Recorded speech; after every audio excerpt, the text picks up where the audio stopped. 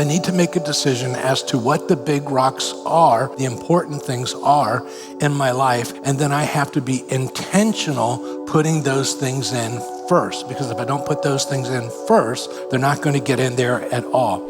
If you're like me, at the end of the year, I become very introspective and I begin to consider the last year, how things went, and then I begin to look towards the new year and then make some decisions about what that's going to look like as we get into the new year. So I thought that in the midst of this season that we're in, and the week before Christmas, that I would share some thoughts, maybe some things for us to just think through as we look towards the new year.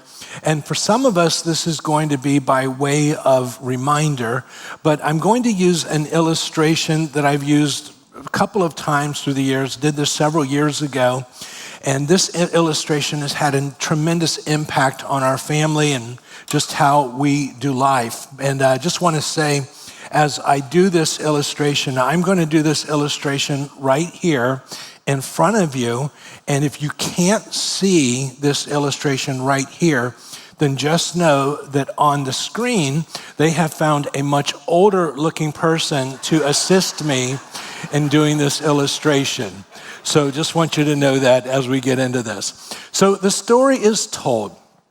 There was a teacher on time management, and he was asked to come speak to a group of young, very energetic business executives. And so he shows up and he's in front of the class, and there is a jar there on a table, and he begins by kind of quietly just putting rocks into the jar. Now I have to be careful because last night I broke the jar in front of the whole congregation.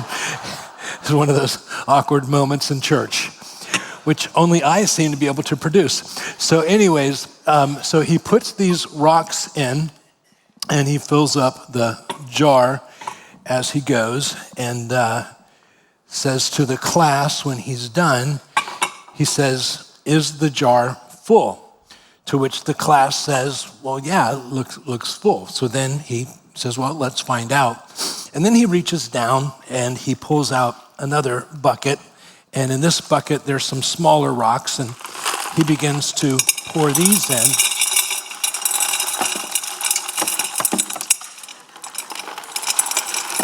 If you want some free rocks, they're available. So pours that in, and he says, "Is that full?" Well, they're kind of on to him now, and well, maybe not. So then he reaches down, and he pulls out this container of sand. And he begins to pour this into the jar. And as he pours it into the jar, it continues to fill up. It's the last service. It really doesn't matter what kind of mess I make up here. I don't have to clean it up. So he fills it up. And he turns to the audience, young and energetic business executives, and he says, "Is it full?" Well, they're all very quiet. And then he reaches down and he grabs a pitcher of water and he begins to pour that in. And as he pours that in, it begins to fill up all the way. And then he turns to the class. He says, "Is it full?" To which everybody says, "Well, yeah, I think at this point it's pretty obvious that it's full." And then he turns to the class and he says, "So what is the moral of the story? What does this convey?" Well, one energetic young business executive says, "The moral of the story is this, that no matter how busy you are, there's always room for more. You always put more in." To which the teacher becomes somewhat quiet and he shakes his head and he says, No, that's not the lesson. The lesson is that if you don't put the big rocks in first, you'll never get them in. You have to put those things in first. The big rocks are the important things in life. And if we don't put those things in first, they don't get in at all. So for Cheryl and I, this has become a metaphor and an illustration and a way that we make decisions in our lives as we go forward. So many people, what we have seen through the years, put in whatever comes their way but they never think through putting in the most important things, we would call those the big rocks, into their lives first. And we see marriages unraveling, we see children rebelling and families falling apart. And I can't help but think that through the years, someone didn't intentionally decide to put the big rocks, the important things, in first. So if you were to come over to our house, we keep a jar with these rocks visible at all times. It's not ornate, but it's just a constant reminder that we want to make sure that we're putting the big rocks, the important things, in first. So I thought that maybe as this year comes to a close and we're all beginning to look at the next year, that we would take a few minutes today and we would consider hopefully some things that we would decide to intentionally put into our lives in the coming year, the big rocks. And I call this the big rocks. Now, for me, how many of you have ever heard me say something like, the big question is always, what do you leave in and what do you leave out? So this week, a lady in our church got me a cup, and on the front it says, the big question is, and on the back it says, what do you leave in and what do you leave out? And I can't think of a better time to share that, because there's so much more that I would want to be able to share, but we only have so much time. And so there's a whole lot more I'd love to put in, but what do you leave in and what do you leave out? So as a metaphor for life, I want you to notice a few things. First of all, did you notice that I could only get about 6, maybe 7 big rocks into the jar? The reality is you can't get 20 big things. That your life is not, you don't have the capacity for 20 big things. All of us have 5, 6, 7, maybe 8 big things. And so there's only so many that you can get into our lives. And then the next thing I just want to highlight as we go, did you notice that I had to intentionally put those rocks into the jar?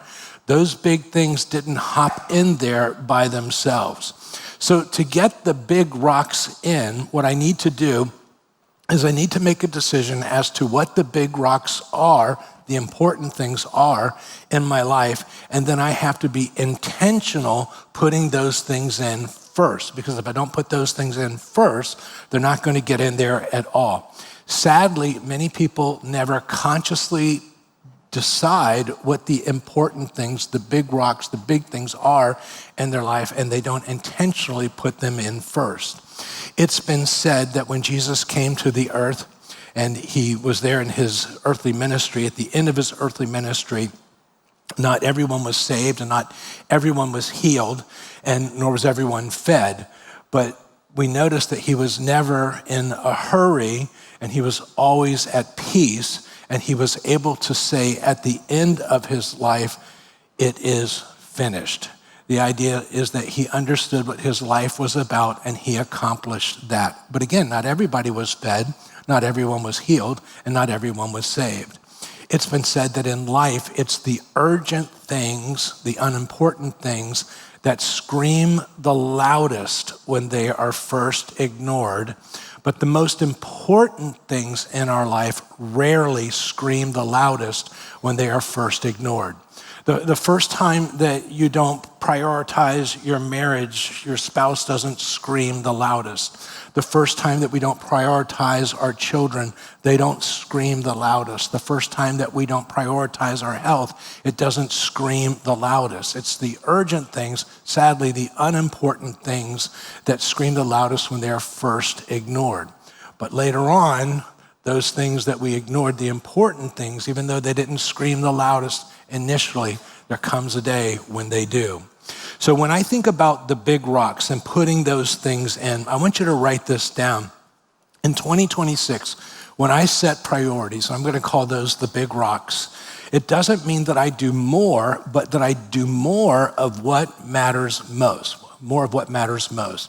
Again, at the end of Jesus' ministry, not everyone was saved, not everyone was fed, not everyone was healed, but he was able to say, it is finished.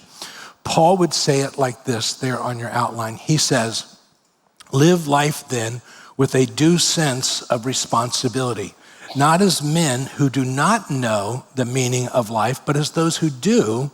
Then he says, and I've underlined, make the best use of your time. Don't be vague, but grasp firmly what you know to be the will of the Lord.